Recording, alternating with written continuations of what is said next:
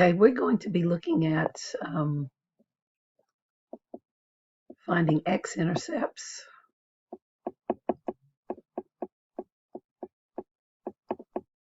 of quadratic functions.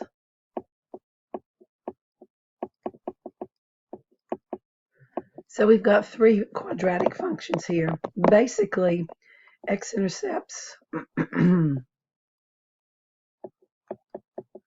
are found at the real zeros. So if your quadratic function doesn't have any real zeros, there won't be any x-intercepts.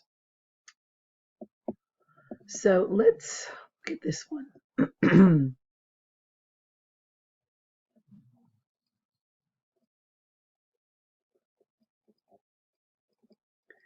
So if I'm going to find any x-intercepts, first thing I need to do is find the zeros.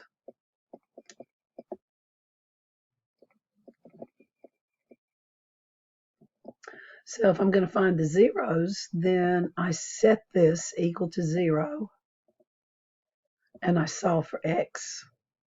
Now I'm going to make it a little bit easier for myself.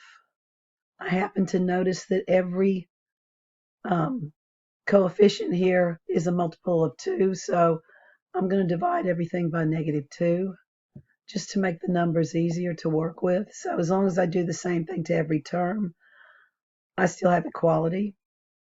So after cancellation, I'm going to have x squared, and then -8 divided by -2 is +4, and 10 divided by -2 is -5, and 0 divided by -2 is 0. And then I'll first try to factor this. If I can't factor it, I'll use quadratic formula. Two numbers that multiply together to give me -5, but at the same time add up to give me +4, and that would be +5 and -1. So I can actually factor that, and now that it's factored, I should be able to see what the zeros are. So if x is -5, it'll make the whole thing 0, and if x is 1, +1, it'll make the whole thing 0. These are real numbers, so there will be 2 x-intercepts, and x-intercepts are points, and they'll be the points -5, 0, and 1, 0. So if I look at the graph of this, so here's the graph of the one I just solved, and you can see from the graph that it has an x-intercept here, which is the point -5, 0, and it has an x-intercept here, which is the point 1, 0. Okay, so let's look at this one, this last one here. So again, find x-intercepts if they exist.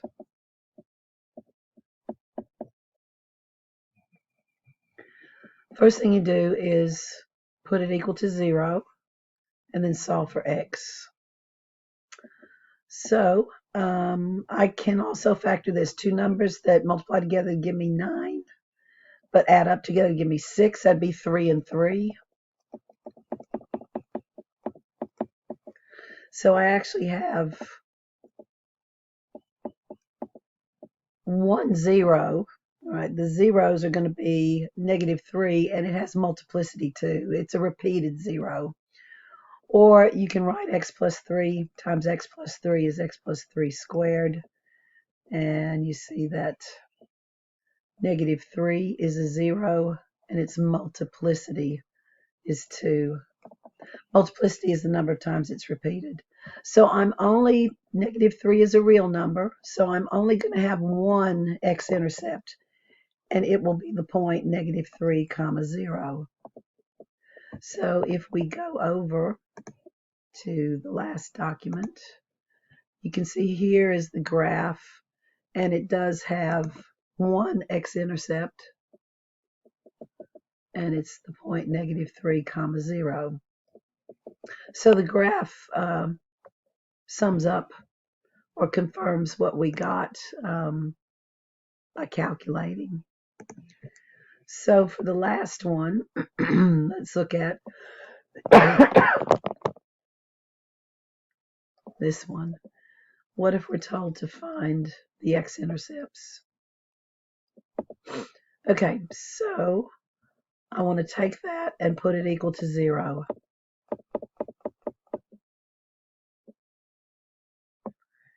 Now, if I try and factor that, it's not going to work. Two numbers that multiply together to give me 12, but at the same time, they add up together to give me -5. Those are the two numbers I'm going to need.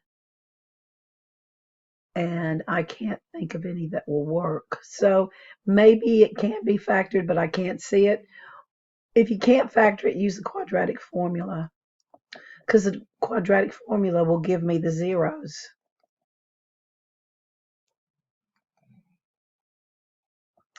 So A is 3, B is -5, and C is equal to 4. So the zeros are going to be -b plus or minus the square root of b squared minus 4 times A times C all over 2 times A. So that's going to be +5 plus or minus the square root of 25 minus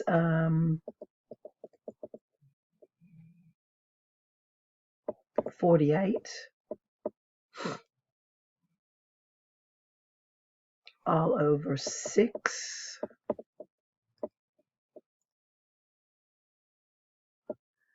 and so that's going to be 5 plus or minus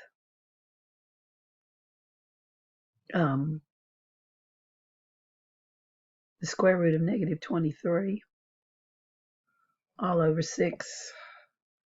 5 plus or minus the square root of 23i all over 6. So I do have two zeros.